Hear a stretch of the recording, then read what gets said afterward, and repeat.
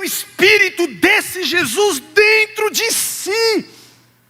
E quando sai de uma experiência religiosa num templo, ele não faz nada daquilo que ele aprendeu. É um absurdo. Nesta mensagem, somos convidados a refletir sobre o poder transformador da fé e da presença de Deus em nossa jornada, com palavras impactantes que inspiram renovação e esperança. Convido você a assistir até o final, deixar seu comentário e compartilhar este vídeo para abençoar mais pessoas. E hoje eu quero ler com você 1 João capítulo 1.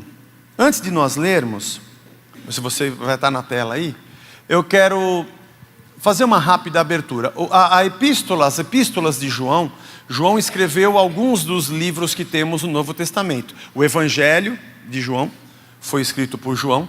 O Apocalipse de João foi escrito por João. E você, como é profundo conhecedor das Escrituras, sabe que João escreveu 3 epístolas. Vamos ver se você está bom. A primeira, a segunda e a... Aê, tá afiado, hein, irmão? Tá afiado, tá lendo a Bíblia. A terceira, muito importante. São 3, a primeira, a segunda e a terceira. Ele foi um dos discípulos de Cristo, era conhecido como discípulo amado. Aquele que reclinava a sua cabeça no ombro de Cristo, no seu peito, quando esteve à mesa, na ceia. Era um dos 3 que andaram mais próximos: Tiago, Pedro e João. João e Tiago eram irmãos, eram conhecidos também como os filhos do trovão. E interessante pensar que ele se torna o discípulo amado, ou o discípulo do amor. Muito interessante isso. João, nos seus escritos, traz profundas revelações sobre Jesus Cristo. Aliás, é importante você entender, 3 evangelhos, Mateus, Marcos e Lucas, são chamados de evangelhos sinóticos, que têm uma mesma ótica da vida de Cristo, por isso sinóticos. Tem uma mesma perspectiva. Provavelmente Marcos foi o primeiro, e provavelmente Marcos foi a fonte, grande parte de inspiração, tanto para Lucas quanto para Mateus, além das informações também que recolheram. Lucas viajou com Paulo, conheceu também os apóstolos, e Mateus foi um dos apóstolos. Mas Marcos talvez tenha sido a primeira fonte que inspirou os outros. Mas João escreve um evangelho diferente dos outros 3. João tem uma ótica diferente. Já começa com a revelação do verbo que se faz carne e habita entre nós. Essas epístolas têm um estudo largo sobre elas, sobre o motivo e o porquê ele teria escrito, para quem ele escreveu essas cartas. Não há um endereçamento tradicional das cartas no período do 1º século, da tradição de escrita das cartas gregas. Não há um destinatário, não tem uma abertura como existem as outras epístolas que a gente conhece, como as de Paulo, por exemplo. Alguns acreditam que ele talvez tenha escrito 3 tratados para que as igrejas conhecessem. Há uma outra teoria de que ele escreveu para as igrejas da região de Éfeso, ou para os irmãos que estavam em Éfeso, ou que fossem epístolas pastorais para líderes que Paulo, ou melhor, que João conhecia. Também a estrutura do assunto, há muita discussão sobre, ele não é tão lógico e óbvio como Paulo, que delimita os assuntos. Um dos escritores do Novo Testamento, que é estudioso do Novo Testamento, comentarista do Novo Testamento, Mary Tenney, propõe de que João, ele pensa na vida eterna como um polo de pensamento e transformação para a vida da igreja, e também sobre o encontro com a luz, que é um termo que ele usa bastante no seu evangelho, que dissipa trevas, e como isso tem impacto na vida do ser humano. Pelo menos nessa primeira epístola, os 2 primeiros capítulos, é realmente isso que ele disse. Ele fala sobre a chegada da vida eterna e como isso muda o jeito que a gente entende tudo que a gente faz. Foi pensando nisso nessa semana, nesse texto, que eu fiquei imaginando como nós, de diferentes maneiras, em situações diferentes da vida, tivemos encontros que marcaram a nossa história. Não sei como é que foi com você especificamente, mas pense na sua carreira profissional. Às vezes a vida prepara para nós um momento de estarmos num determinado lugar ou com uma determinada pessoa que a gente nunca imaginou estar. E você se pergunta, meu Deus, olha onde é que eu vim parar. Olha, eu estou aqui apertando a mão do fulano. Estou aqui conhecendo essa pessoa e aquilo causou um impacto em você. Profissionalmente isso já aconteceu. Na minha curta carreira profissional, chegou a acontecer. Eu ainda recém-formado, trabalhando numa empresa de engenharia, participei de algumas reuniões, estive em algumas obras importantes da empresa e falei, meu Deus, onde é que eu estou? Olha quem está aqui, o fulano e o ciclano. Que coisa importante. Interessante isso. E você percebe como a pessoa faz, como ela se comporta, como ela trabalha, como ela age, e parece que aquilo te acrescenta e te traz uma experiência, aquele momento pontual de que você parece que desabrocha. Isso pode acontecer também ministerialmente. Me lembro dos meus encontros com alguns professores especiais no seminário que eu falei, olha onde é que eu estou, sentado com esse cara, ouvindo essas coisas, que privilégio que eu estou tendo. E ali você parece que abre a sua cabeça, eu nunca tinha pensado nisso. Brinquei aqui de manhã, até mesmo na carreira de música, caso você não saiba, o pastor dessa igreja tem uma banda. Tem gente que pensa assim, lá na Casa da Rocha eles devem tocar Resgate todo dia. Não, nós somos misericordiosos, nós não fazemos isso. Mas por acaso a abertura do culto hoje foi com a música do Resgate. Aliás, se você não ouviu, ainda entra lá no YouTube, ouve as músicas novas da banda, é o jeito de você mantê-la viva. Ela respira por aparelhos, ela está na UTI, moribunda, tem um fiozinho de vida. Quando está assim, nós estamos assim, mas ainda estamos vivos.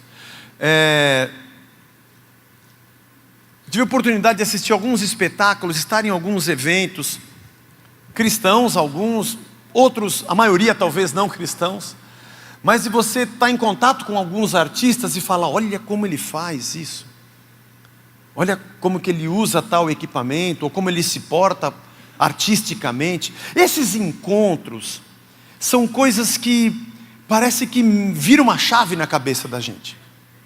E parece que dali para frente você sente que deu um passo além e que você não volta mais a ser o que você era, agrega valor, agrega conhecimento, te faz se sentir mais seguro, confirma algumas posições que você tomava e decisões de rumo que você tinha decidido, ou conserta alguns outros que você tinha tomado e você fala, não vou mais fazer aquilo depois dessa experiência que eu tive. E eu creio que Deus está por trás de tudo isso, somos dele, e Ele prepara também esses momentos para a nossa edificação, para o nosso crescimento. Mas há um deles que é fundamental para a história da nossa vida. E eu quero que você leia comigo com bastante atenção esses 4 versículos de 1 João, capítulo 1. João diz assim, o que era desde o princípio, que é Jesus, o que ouvimos, o que vimos com os nossos próprios olhos, o que contemplamos e as nossas mãos apalparam a respeito do verbo da vida. E a vida se manifestou e nós a vimos e dela damos testemunho e anunciamos a vocês a vida eterna que estava com o Pai e nos foi manifestada. O que vimos e ouvimos, anunciamos também a vocês, para que também vocês tenham comunhão conosco. Ora, a nossa comunhão é com o Pai e com o seu Filho Jesus Cristo. Escrevemos essas coisas para que a nossa alegria seja completa. Amém. Que abertura João faz dessa epístola? Que abertura! João era um pescador. Quando Jesus o tira das redes para transformar esses homens que eram pescadores de peixes em pescadores de homens. E ele diz, eu vi, eu contemplei, eu ouvi a voz dele, porque ele se fez carne.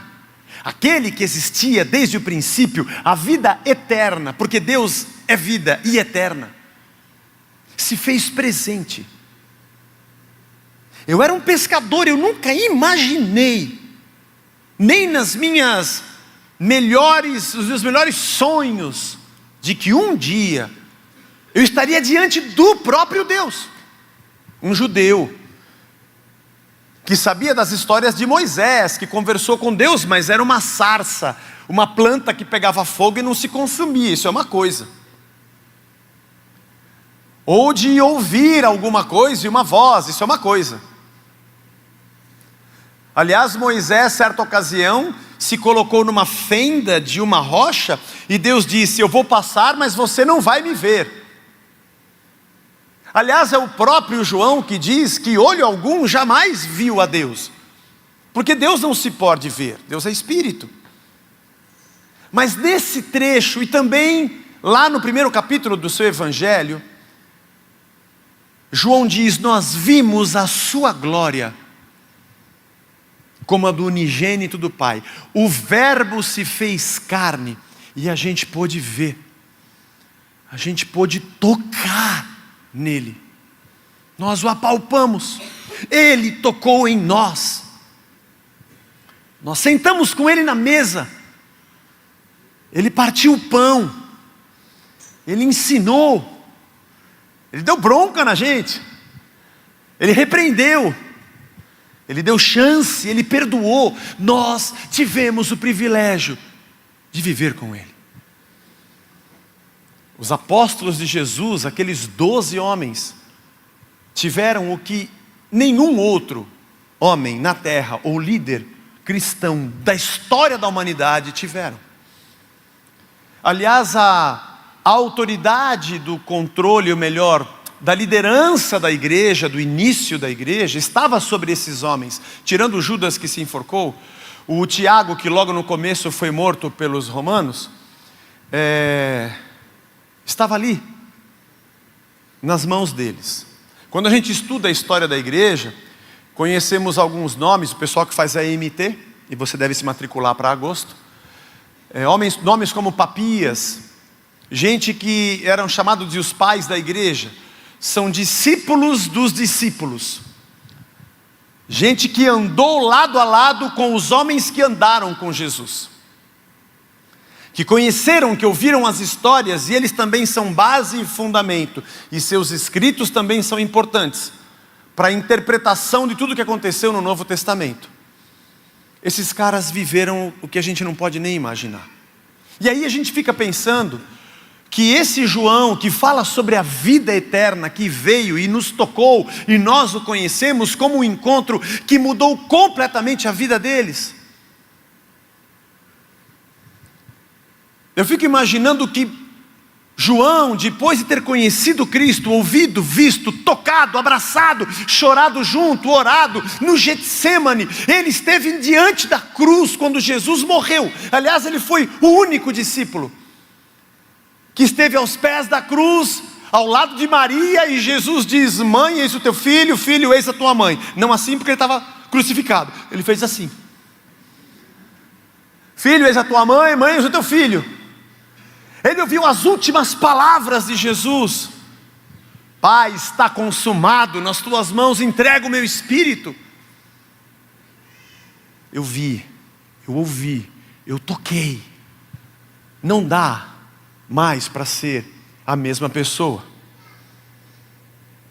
De todos os encontros e pessoas que podem ter marcado a tua história, marcado a tua vida, de longe, não existe nada mais significativo do que o seu e o meu encontro com esse Jesus, no meio da nossa jornada de dor.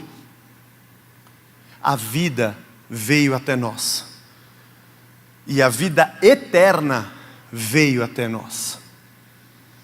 E eu fico imaginando que depois disso, agora já é elucubração da nossa cabeça, ou da minha, mas de que João, quando andasse na praia e visse uma rede ou alguém comendo um peixe, nunca mais Jesus, depois do encontro com Jesus, nunca mais João deve ter comido um peixe do mesmo jeito.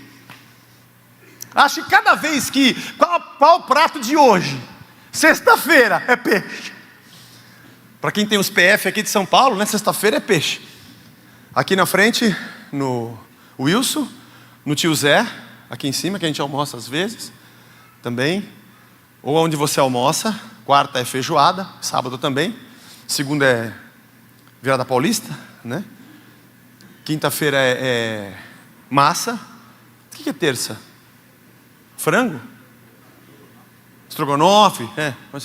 Mas sexta é peixe.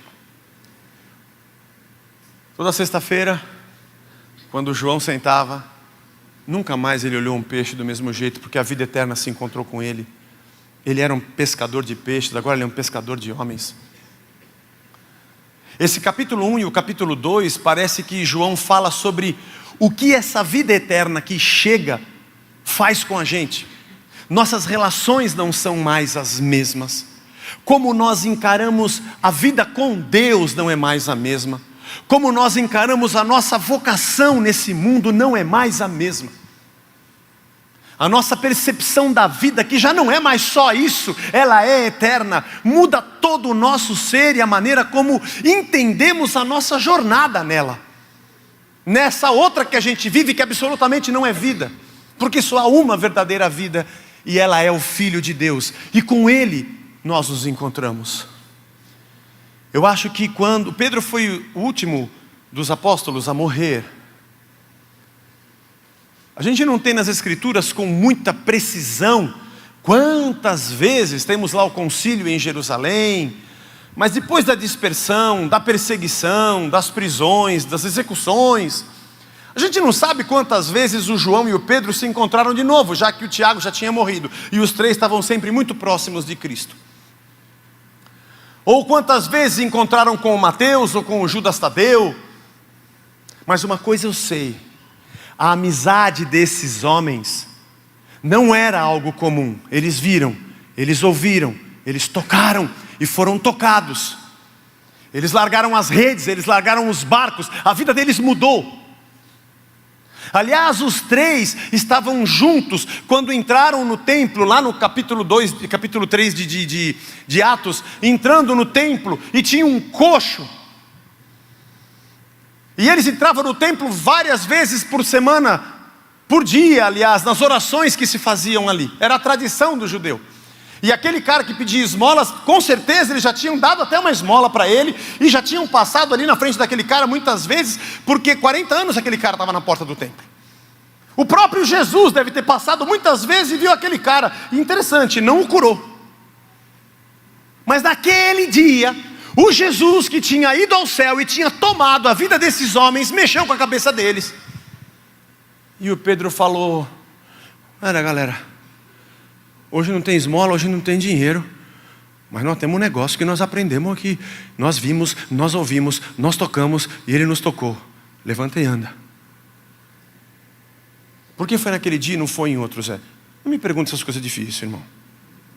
Só ouve a pregação.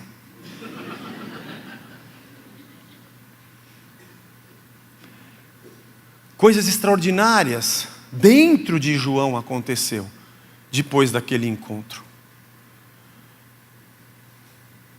E acho que para a nossa vida, que vivemos dor, o que de mais importante nós podemos oferecer para esse mundo, senão um encontro com a vida, com o Cristo que nos toca, com o Deus que nos abraça, com o Senhor que nos envolve, nos ensina, fala, nos ouve. Mas a pergunta mais importante a ser respondida por mim e por você nesse domingo, que é ceia, é exatamente o que aconteceu comigo depois que eu encontrei Cristo.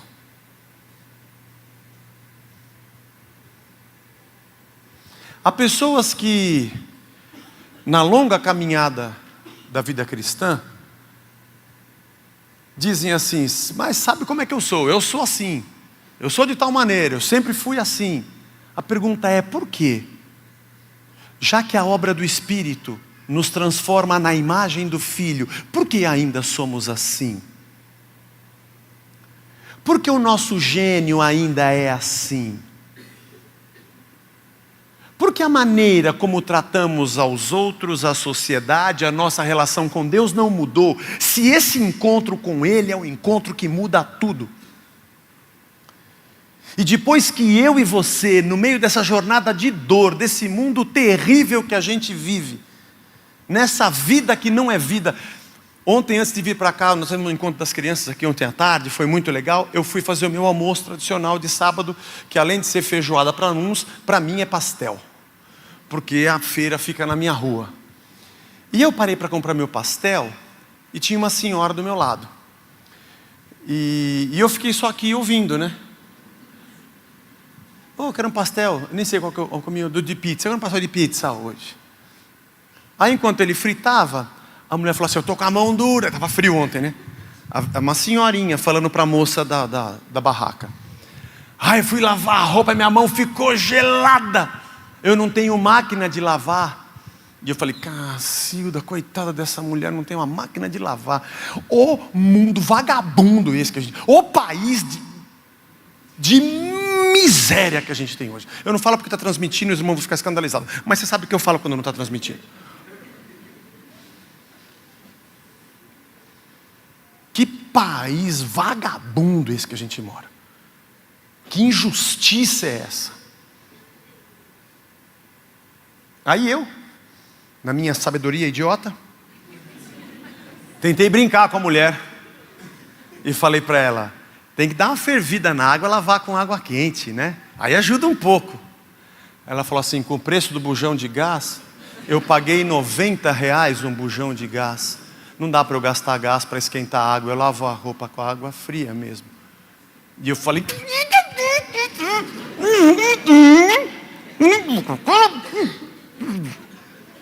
Fecha a boca e não fala nada.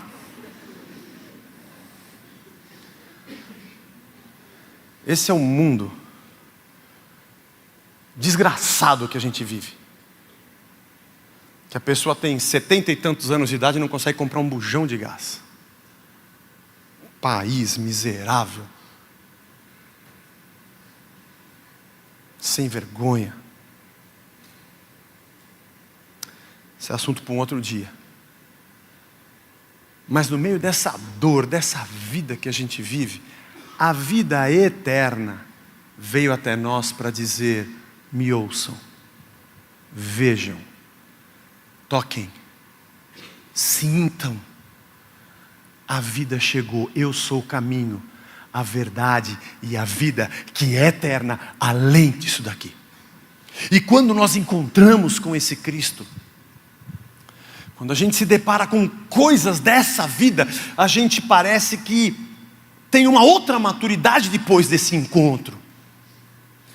Para dizer, amém. Eu já não tenho aquele desespero de que se não arrumar agora, eu não vou arrumar nunca, porque eu tenho uma vida eterna.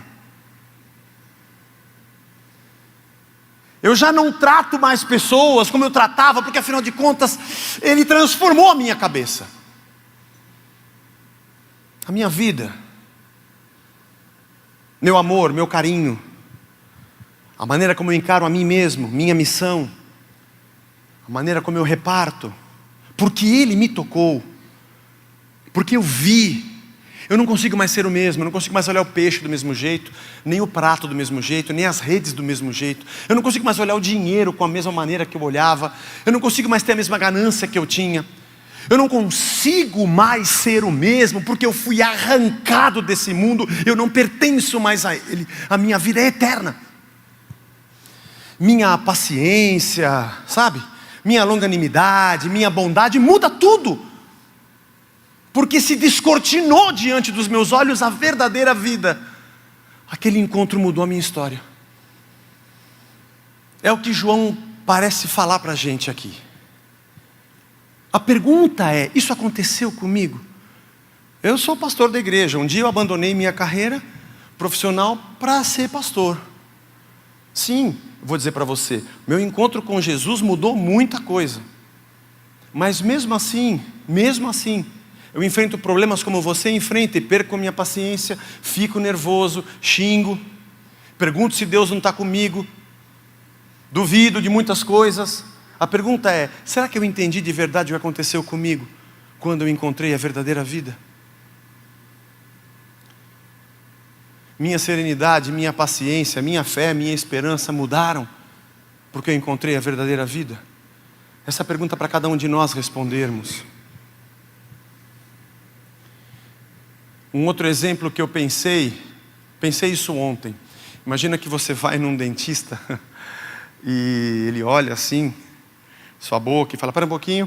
Aí ele vem com um canivete daquele suíço, sabe? Você fala, que negócio é esse aí? Você levanta da cadeira, o que você vai fazer com isso aí? Não, isso aqui eu acho mais fácil, eu estou acostumado a mexer com isso aqui. Não. Você é formado mesmo? Claro, eu sou, tenho meu diploma. Você fez a faculdade, fiz. Você conheceu você tem todo o conhecimento da odontologia? Tenho. Então por que você não usa? Imagine que você vai num mecânico trocar as velas do seu carro, como aconteceu comigo essa semana. Trocar as velas. Aí o cara vem com uma picareta para bater. O que você vai fazer com o meu carro? Não, é que quando era garoto eu mexia com a terra, eu tenho mais habilidade com a picareta para arrancar. Não. Eu vi aqui, você tem certificado da Volks, da Ford? Sim, eu fiz cursos. Sei, você então entende como é que você estudou, você tem o conhecimento da mecânica de automóveis. Sim, então por que você não usa? Ou numa cirurgia, a pessoa o médico vai dar anestesia antes da sua cirurgia, ele vem com 1 litro de vodka e fala, bebe isso aqui. O que é isso, mano? É para você ficar grogue, é para fazer a cirurgia. Pera, mano. Não tem anestesia? Você não tem anestesista? Tem anestesista, sim. E não tem a injeção, o negocinho que eu cheiro? Tem. Você não estudou, você não conhece? Conheço, mas eu prefiro usar a vodka. Você está louco. Sabe, você bebeu. Se você bebeu a vodka. Porque não é compatível o processo de formação pelo qual essas pessoas passaram, o conhecimento que eles tiveram e o que eles estão aplicando. Você vai achar isso um absurdo. É um absurdo um cristão se encontrar com Cristo, ter o conhecimento de Cristo, ter visto a vida de Cristo, o seu amor, a sua compaixão, a sua paz, a sua generosidade, o seu perdão, a sua longanimidade, ter o Espírito desse Jesus dentro de si. E quando sai de uma experiência religiosa num templo, ele não faz nada daquilo que ele aprendeu.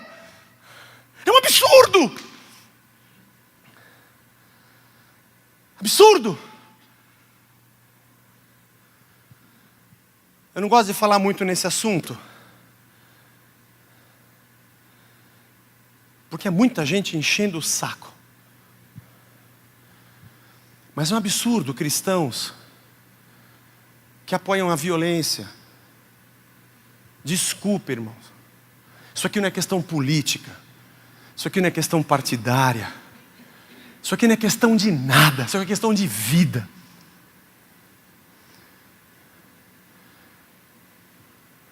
Não dá. Não é compatível. Jesus, diante dos soldados, foi preso. Pedro pegou uma espada que a gente não sabe se ele tinha, se ele pegou de um soldado e cortou a orelha de um soldado chamado Malco. Nós não sabemos se Pedro era milimetricamente preciso e acertou justamente a orelha, ou se ele era muito ruim de espada e errou o meio da cabeça.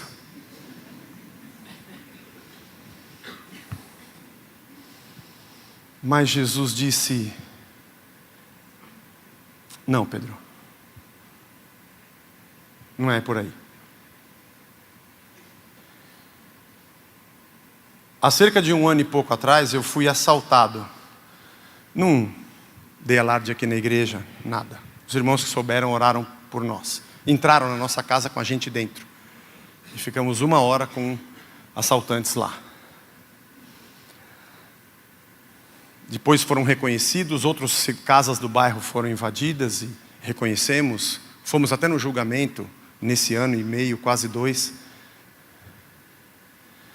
Confesso a você que por vezes eu tive muito ódio.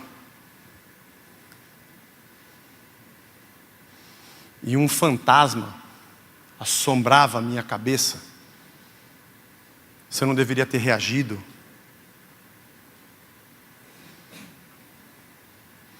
Ou o que eu faria se eu tivesse um revólver dentro da minha casa.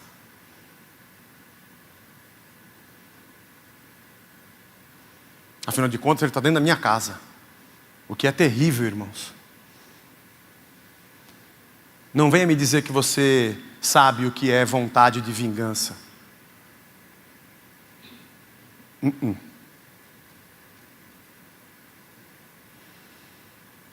Mas eu sou um pastor. O meu Jesus disse que eu devo andar mais uma milha. Que eu devo oferecer a outra face. Que eu devo retribuir o mal com o bem. Que droga esse evangelho. Que eu devo perdoar 70 vezes 7. E que no dia do julgamento, do reconhecimento dos meninos, porque eram meninos, eu tinha que orar por eles, porque eu devo abençoar quem me persegue e amar os meus inimigos e ao meu próximo como se fosse a mim mesmo. Porque eu me encontrei com Cristo. Então a minha luta não é mais contra Ele ou contra eles. A minha luta é contra mim, contra os demônios que habitam a minha cabeça, os demônios que formaram a minha maneira de olhar o mundo, das influências da formação que formaram o meu caráter, ou deformaram o meu caráter, segundo as leis desse século.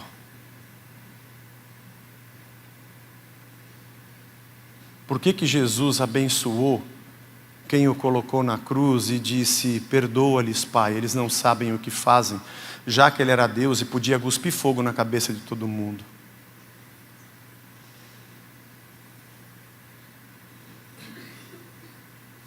Por que os cristãos perseguidos louvam?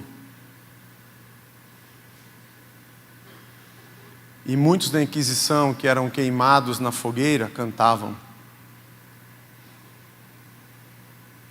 E outros que iam para a arena serem devorados pelos leões, para que os romanos aplaudissem e se divertissem, se ajoelhavam e glorificavam a Deus.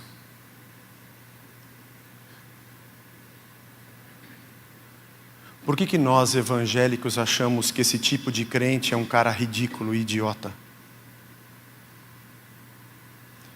E achamos que nossas ideologias estão corretas, fora das Escrituras. Ser um cristão não é coisa para qualquer um.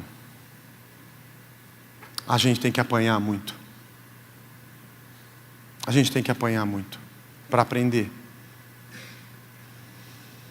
Aprender que tivemos um encontro com o Filho de Deus.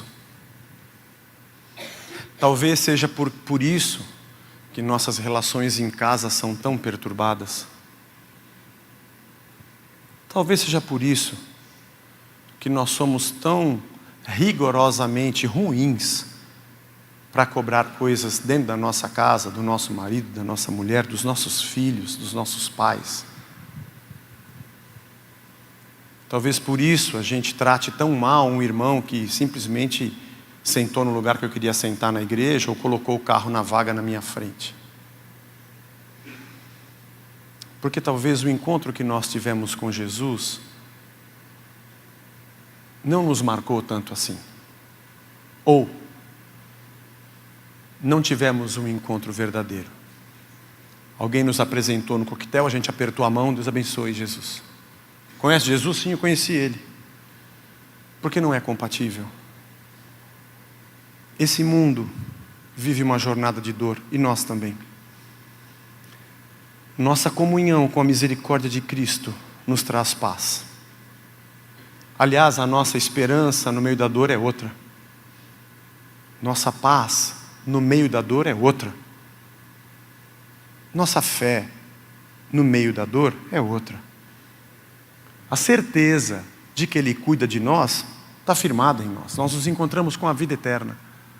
O que mais poderia nos faltar? Encontrar com Cristo no meio da nossa jornada de dor foi o grande alívio da nossa vida. Porque afinal de contas a nossa vida agora é eterna. Sempre foi, mas agora compreendemos. E essa leve e momentânea tribulação não dá para comparar com o eterno peso da glória do que um dia viveremos com Ele na eternidade. E por isso somos embaixadores. E João diz, testemunhas. Podemos testemunhar para esse mundo a partir de uma vida que o mundo não conhece. Deus nos abençoe. Esperamos que você tenha sido edificado por esta mensagem. Fique com Deus e até a próxima!